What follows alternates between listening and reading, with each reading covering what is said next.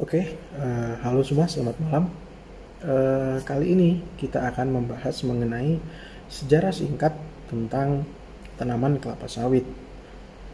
Langsung saja, untuk kelapa sawit sendiri, itu saya akan memperkenalkan bagian-bagiannya, apa-apa saja. Mulai dari kita lihat bersama, di sini saya berikan contoh skemanya. Pohon kelapa sawit terbagi menjadi dua yang diolah di industri kelapa sawit, yaitu tandan buah segar dan juga batang dan pelepahnya. Nah, untuk tandannya sendiri, tandan buah segar ini nantinya akan diolah menjadi turunan seperti minyak.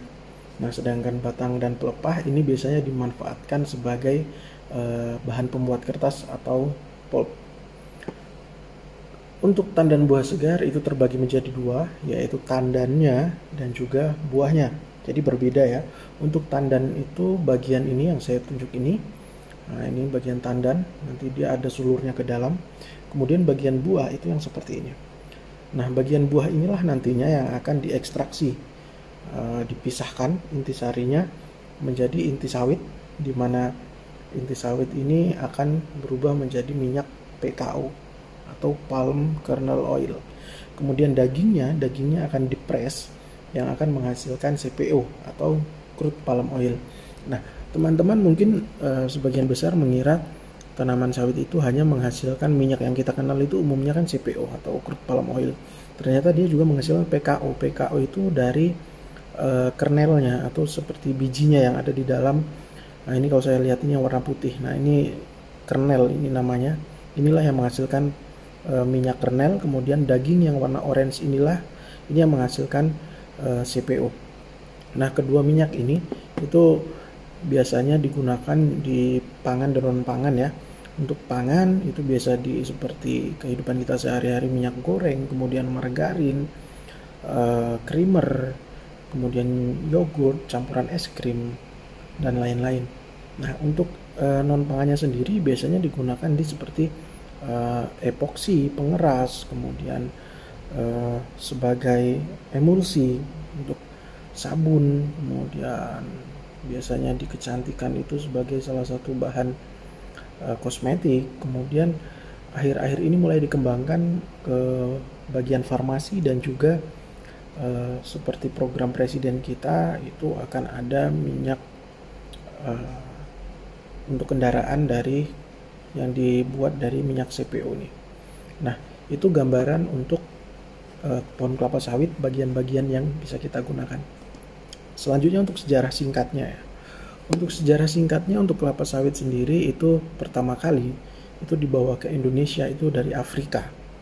Dari Afrika mereka mengolahnya masih secara tradisional, kemudian dibawa ke Indonesia, tepatnya oleh Edrin itu ke Kebun Raya Bogor di tahun 1848 ya, dan dibawa ke Bogor itu hanya beberapa bibit saja, kalau tidak salah hanya 4 bibit.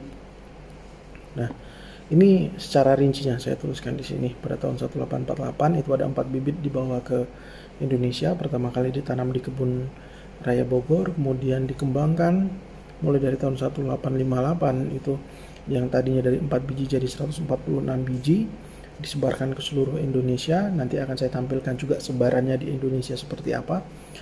Kemudian mulai ada pabrik kelapa sawit di Indonesia itu tahun 1922. Nah, kemudian mulai ada perkebunan yang dibudidayakan secara masif atau besar-besaran itu di tahun 1981. Nah, kemudian di tahun 1995 baru mulai Indonesia ekspor minyak sawit ke luar negeri. Hingga berlanjut perluasannya sampai dengan tahun sekitar 2015 itu masih terjadi ekspansi atau perluasan lahan kelapa sawit di Indonesia. Hingga saat ini di tahun 2021 sudah ada regulasi yang mengatur bahwasannya tidak akan diperbolehkan lagi beberapa perusahaan yang sudah memang luas ya, sudah besar di Indonesia itu tidak diperbolehkan lagi untuk pembukaan lahan seperti itu atau penggunaan HGU yang baru. Nah, untuk fotonya sendiri di sini teman-teman bisa lihat ini adalah dokumentasi dari tanaman kelapa sawit yang pertama kali ditanam di Indonesia di Kebun Raya Bogor. Kita lihat tingginya ini sudah ya sangat tinggi ya, sangat tinggi seperti pohon kelapa pada umumnya.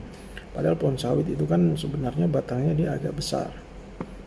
Nah, di sini sangat tinggi, dan yang jelas kalau sudah seperti ini ya, kalau untuk ditanam itu sudah tidak produktif sebenarnya. Ini hanya sebagai dokumentasi atau sebagai tanda saja bahwasanya pertama kali inilah pohon yang ditanam di Indonesia. Nah, kemudian untuk sebarannya di Indonesia, untuk sebaran di Indonesia perkebunan kelapa sawit itu untuk saat ini hampir ada di seluruh Indonesia, terutama untuk basisnya yang terbesar itu ada di Sumatera, kemudian yang kedua itu di Kalimantan, kemudian yang ketiga itu di Sulawesi. Selain itu ada di pulau-pulau lain, cuman tidak semasif di 3 pulau ini. Nah, untuk di Sumatera sendiri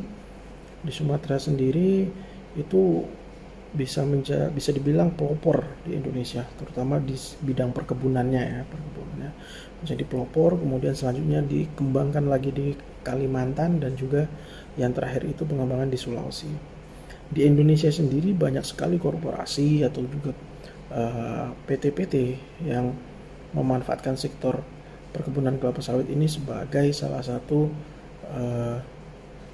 sektor yang paling menguntungkan lah, bisa dibilang menguntungkan.